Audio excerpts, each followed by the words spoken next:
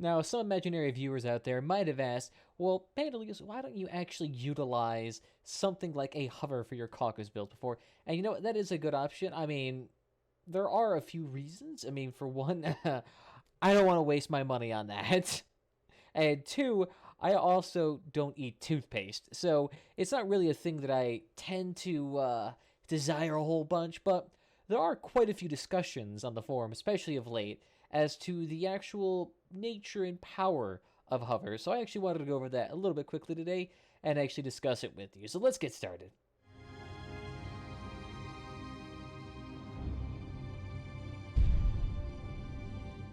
So before I actually get into the nitty-gritty details of the hovers, I just want to preface this by saying the only way that we can actually truly know whether or not an item is overpowered or not is purely based on the win-loss rate stats of the item itself. If a hover had an unnaturally high winning rate when compared to things like tracks, legs, augers, wheels, things like that, then by all means, statistically, it would be overpowered because it just has way more successful chances than any other movement part. However, we don't have access to stats like that. The only people who actually do are the developers, and they're more than not willing to share such advanced stats with us. The only thing we can try to do is try to work backwards from the various advantages of a hover and see if necessarily those things are just inherently prone to being, very successful. But even then, that's still speculation at best. We'd still need the final, actual, full physical data points to actually determine whether or not something is overpowered. So just keep that in mind as we go through this. So for those who actually don't know, hovers is actually a classification for a type of movement part within this game. And there's currently 2 hovers in this game that exist, the Icarus 7 and the Icarus, I believe, 4. So what you can actually notice about them is that the Icarus 7 is going to be way more common, so we're going to focus on that for now. Now, the Icarus 7 is actually a hover part that you can craft from the Dawn's Children, so it's a fairly late game part. And it's also epic tier, and it's right here, as you can see. So, going over the stats of the Icarus hover here, you can notice that we have a maximum chassis speed of 75 kilometers an hour, which is still fairly fast, a tonnage of 850 kilograms, okay, not much. However, that is balanced out by the fact that it has a very, very low power consumption at only negative 5%. Now, for reference, the Bigfoot steering, I believe, is negative like 15 to 20%, and the ML200s are negative 20% power, so it's a very, very low power consumption. And there's also the fact that it has a durability of 135 points with a mass of 325 kilograms. So their hovers themselves are actually not a very durable part. If you actually take a look at things like the, I want to say, regular old blue tier wheels, you can notice that they actually have way, way more durability than the actual hovers themselves. Even APC wheels have more durability than the Icarus 7. And they also are fairly voluminous as well. If you take a look at any build that actually utilizes them, you'll actually notice that the hovers themselves actually take up quite a bit of space. However, it is not particularly bad than things like the small tracks or the large tracks. It's large, but not too large to the point of it being completely cumbersome. Now, going back to statistics of the actual Icarus 7, you can actually notice that the tonnage and power ratio is fairly high. And if you actually take a look at a thing like the spreadsheet right here, you notice that it actually has the highest tonnage per power ratio in this game, and that's just the net tonnage divided by the power. So in this case, it has a net tonnage per power ratio of 105, which puts it squarely in first place, with second place being the ML200 with 72 tonnage per power. Now that is a 30% difference when compared to even the second place item, and it only gets worse from there. If you consider it against a Bigfoot steering only has 48 tonnage per power, so that's 48.5 kilograms per percent power lost on a cabin, which is, as you can imagine, 50% less. That is a massive, massive efficiency boost for the Icarus 7. However, that may not be actually an overpowered advantage, because you have to remember the Icarus 7 only has an initial tonnage of 850, which is nothing. That basically means you either have to add in a ludicrous amount of Icarus 7s to actually be a reasonably beefy build, or at that point, you're going to actually have to be a lighter build overall. And this can be seen with high-end Clan Wars build. If you actually take a look here, this is a Clan Wars ready build with a, I believe this is 3 crickets, I believe so. Yes, 3 crickets and a harpy cabin. Now as you can notice here, with this build, it only has a durability of 1865. When compared to something like this, which is an icebox on legs, this thing has a durability of 3059.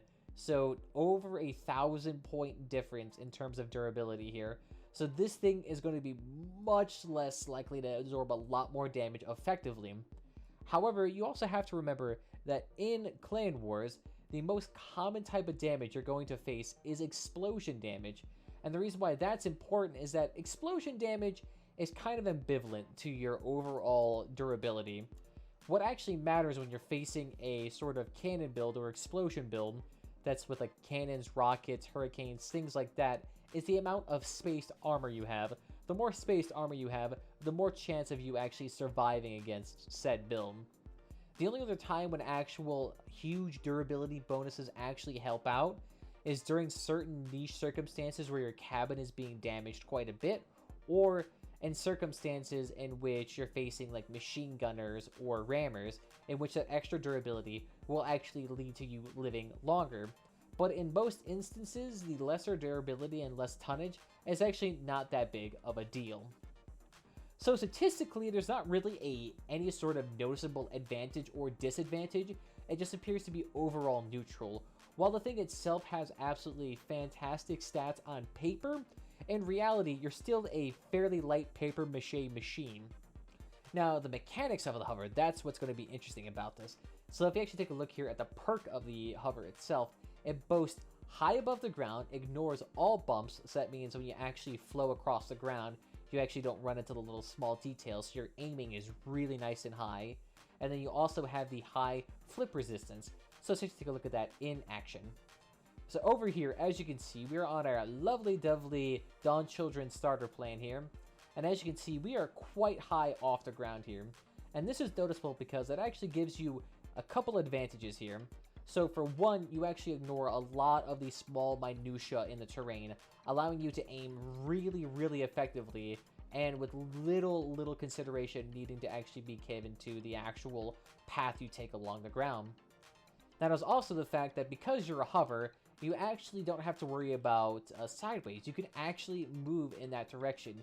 You don't have to do like a 2-point turn or do a really long turn. No, you can just press the Q and E key and then you can just go straight sideways, which very few parts in this game can actually do. The augers, ML200, big rams, and hovers are the only things in this game that can actually go sideways, which when you're a fast, agile build with a lot of acceleration, that actually results in you being very good at things like peeking. So peeking is where you can come out from behind cover, shoot your load, and then easily come back into cover without really getting shot very effectively. ML200s, augers, tracks, tires, all of the sorts cannot do peeking nearly as effectively as the hovers can, which allows hovers to avoid a lot of damage while also being able to deal a lot of damage with a cannon, eccentric, and focused meta that actually allows the hovers to actually gain a distinct advantage when you're actually facing them in things like Clan Wars, especially during peeking battles. Now, you can kind of compensate with this just through sheer experience and, dragging your shots and knowing where the hovers are going to actually end up being. And to a certain degree, that will allow you to actually get around the hover's initial advantage. That, however, that won't completely negate it. It will always still be a little bit of an advantage there that is not given to the ML200s. Now, another advantage of a hover is the fact that it can do sideways builds incredibly effectively. Now, if you don't know what a sideways build is, well, this is just a traditional forward-oriented build. A sideways build actually is oriented to the left or right side, allowing for a user to build in a very unusual building pattern here. So as you can see, since we can now actually flip our hovers to either side, we actually now have the hovers facing forward, which actually allows you to be a considerably bit more difficult to actually shoot. And this actually results in you being way more durable and actually you surviving quite a bit longer. And if you're actually concerned about how you can actually drive like this, Well, you can also just get used to the fact that your keybinds are going to be a little bit weird. However, you can also get around that by also changing your control scheme. So let me quickly do that. So as you can see here, I rebound my controls a little bit here. That actually allows me to go ahead and actually get inside this lovely hover build here and drive it around normally as if it was just a traditional forward-facing hover build. Now, like I said, the reason why this is important is that because sideways builds actually allow a hover build to be much more survivable than a traditional forward-facing build. And because hover builds are supposed to be very weak and brittle, having them become a little bit more durable actually allows them to be a little bit more advantageous than something like an ML200 build, which, while more durable, is much less dexterous. But this thing is way more dexterous, and it's still incredibly durable. So it basically has the best of both worlds just by this one simple trick. Now, of course, there is a building technique associated with this, but you could always just find a build on the exhibition that effectively utilizes sideways hovers as well. So the building argument is not necessarily going to be able to counter this either. Now, the high flip resistance is kind of an interesting point, because the thing is there's very few circumstances in which the actual flip resistance is going to actually matter. Because the thing is, you have to remember, when do you actually flip? And that's really only when you fly off cliffs, really. And when do you do that? Not really that often. So in this case, say if I was facing a track or wheeled or leg build and I jump off a cliff with me, well, the issue is I will basically never actually flip over unless I'm either mained or I somehow messed it up greatly. So in this case, when a leg, track, or hover build actually comes down off that cliff, they have a fairly high chance of flipping. And if they flip, that allows you to get a lot of damage off on them or even straight up destroy them, giving you a free win in any sort of one-on-one confrontation. So that can be an advantage, but it is a very small advantage. However, I guess maybe more of a quality of life improvement for those who like to jump off cliffs, I suppose.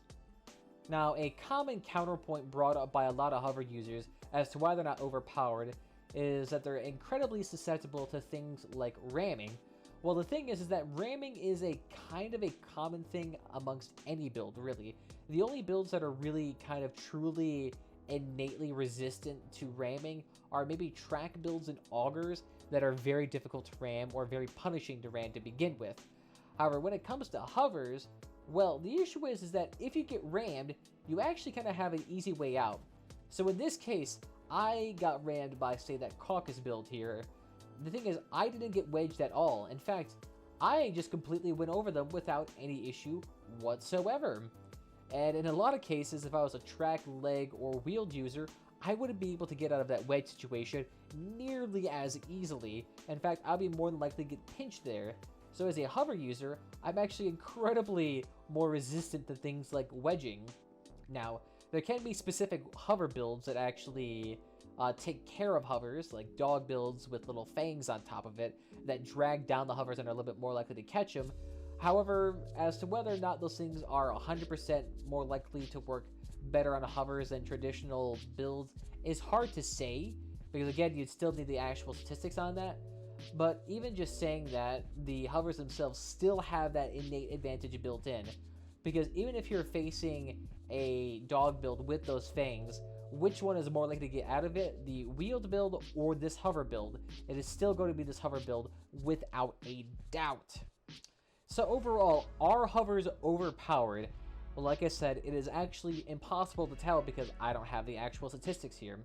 But I can give it a sort of like pseudo risk assessment and say that the hovers themselves actually have a fairly high chance of being overpowered when compared to other builds, due to the fact that they are incredibly effective at peaking, definitely synergize, incredibly effective with cannon builds, still have great survivability in terms of durability and of spatial armor, as well as the fact that they have great actual acceleration, which makes them incredibly effective at just maneuvering and dealing damage in general. So it's kind of hard to say definitively whether or not it's actually going to happen, but there is definitely an incredibly high chance for it.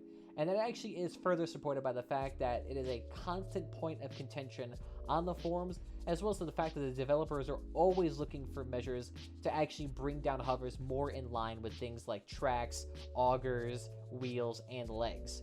So theoretically, it actually is overpowered, at least just by what the developers are doing.